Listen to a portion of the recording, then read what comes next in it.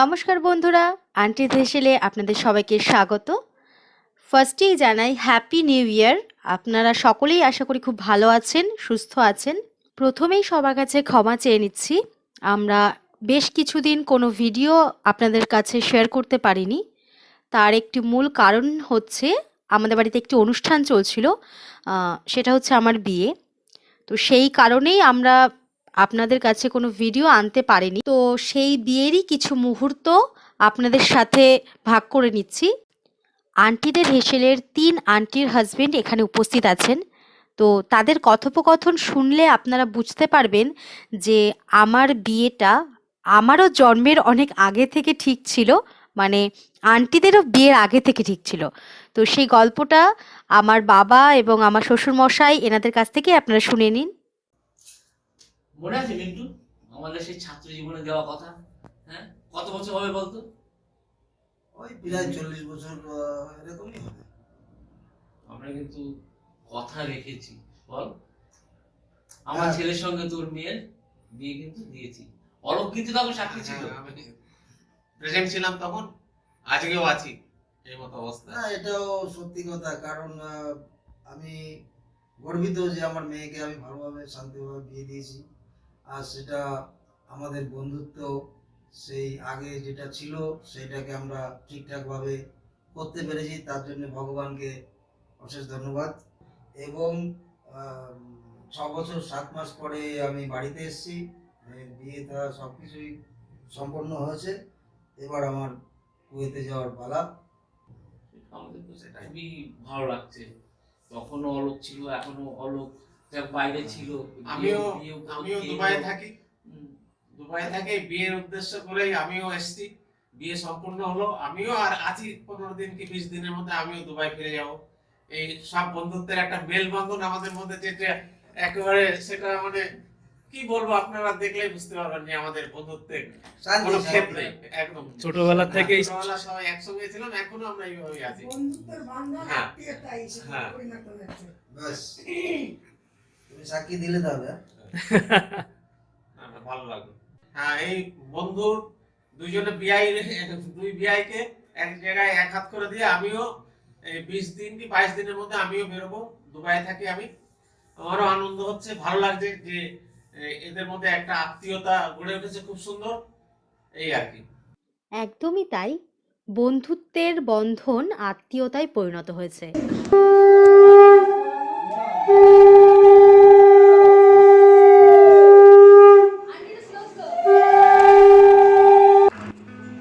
শুভজিৎ মানে আমার হাজবেন্ডকে আমার বাড়ি থেকে আমার বাবা মা আত্মীয় স্বজন তার আশীর্বাদ করতে গেছেন।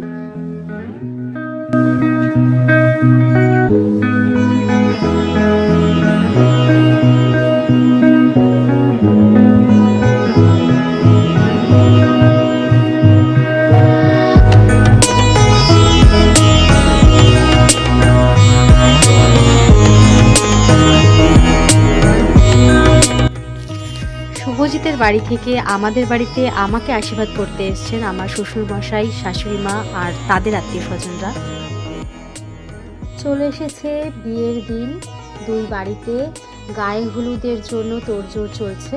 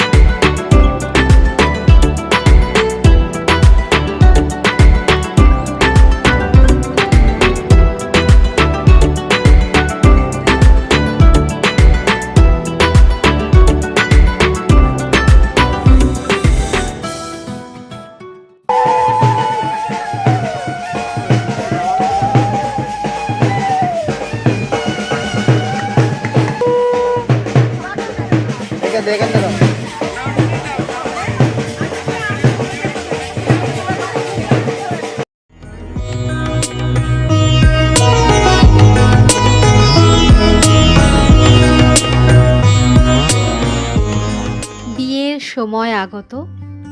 বরযাত্রী নিয়ে বরমশাই চলে এসেছেন।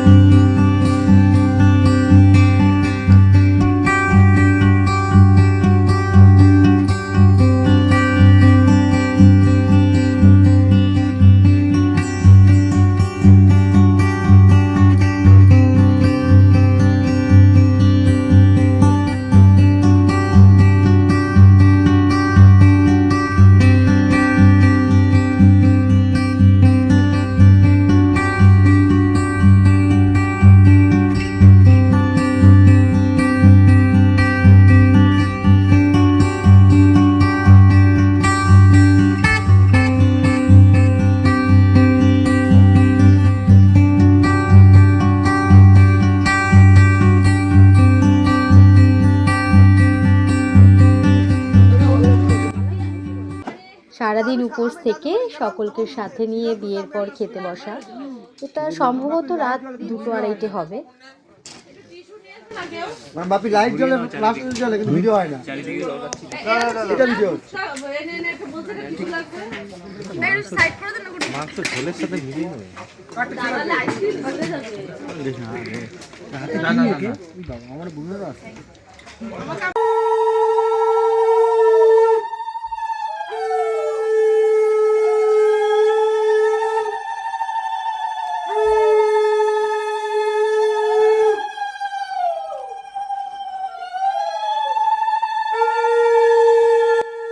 সারা জীবনেও কোনো সন্তান তার বাবা মায়ের ঋণ শোধ করতে পারে না।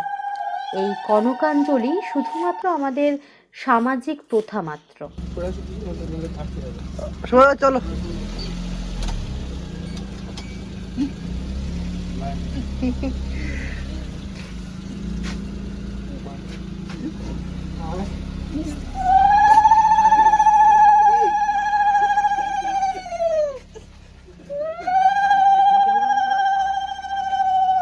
ক্যামেরাম্যান নামে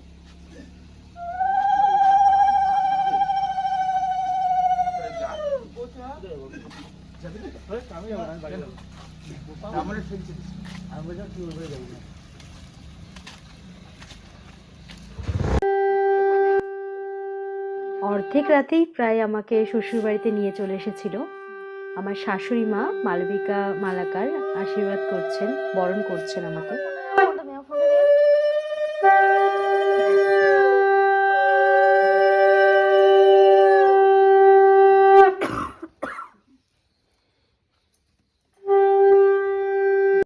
আস্তে আস্তে আসো, কাপড় ভেজে না যায়, আস্তে আস্তে আসো। কাপড়টা উঁচু করে নাও, আস্তে আস্তে করে ফেলবি। হ্যাঁ, আস্তে করে আগে বাপা দাও। একটু উঁচু করে নাও।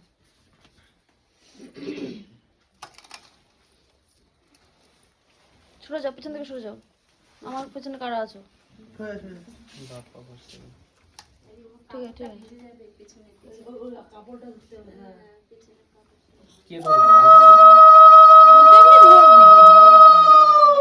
কাপড়টা একটু খুলে দাও। এই কাপড়টা ঝুলে আছে, কাপড়টা তো আরে ওই কাপড় না, দাদার যেটা ওই খুলে দাও। হ্যাঁ, খুলেই তো এটা।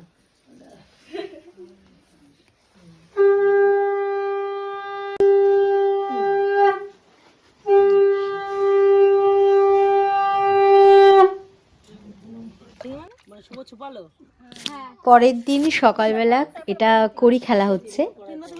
সম্পূর্ণ ভিডিও তো দেওয়া সম্ভব হয়নি, তবে আপনাদেরকে বলে রাখি কড়ি খেলায় আমি জিতেছিলাম, তো সেই জন্য আমি বেশ খুশি।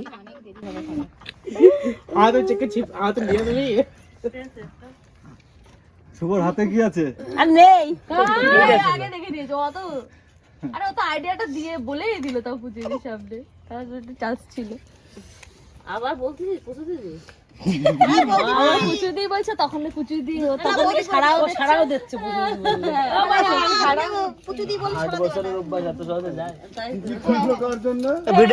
ভিডিও হচ্ছে না কিন্তু, সবাই ঢুকে যাও, সবাই ঢুকে যাও ভিতরে, ভিডিও হচ্ছে না কিন্তু। আমি বুঝতে পারছি ভিডিও কর। আরে না না, শিয়ালদার টিকিট আনলো কার জন্য? সকলে বুঝতেই পাচ্ছেন বৌভাতের দিন সকালবেলা ভাত কাপড় অনুষ্ঠানের পর্ব চলছে। বৌভাতের অনুষ্ঠান শুরু। প্যান্ডেলটা খুব সুন্দর করে সাজিয়েছিল শুভজিৎ ও ইন্দ্রাণীর বধূবরণের অনুষ্ঠান। রিসেপশন। তো বৌভাতের দিন রাত্রেবেলা এখানে যে কি কথা বলছে আমি জানি না, সত্যি আমার খেয়াল নেই, তবে খুব সিরিয়াস কোনো কথোপকথন চলছিল নিশ্চয়ই।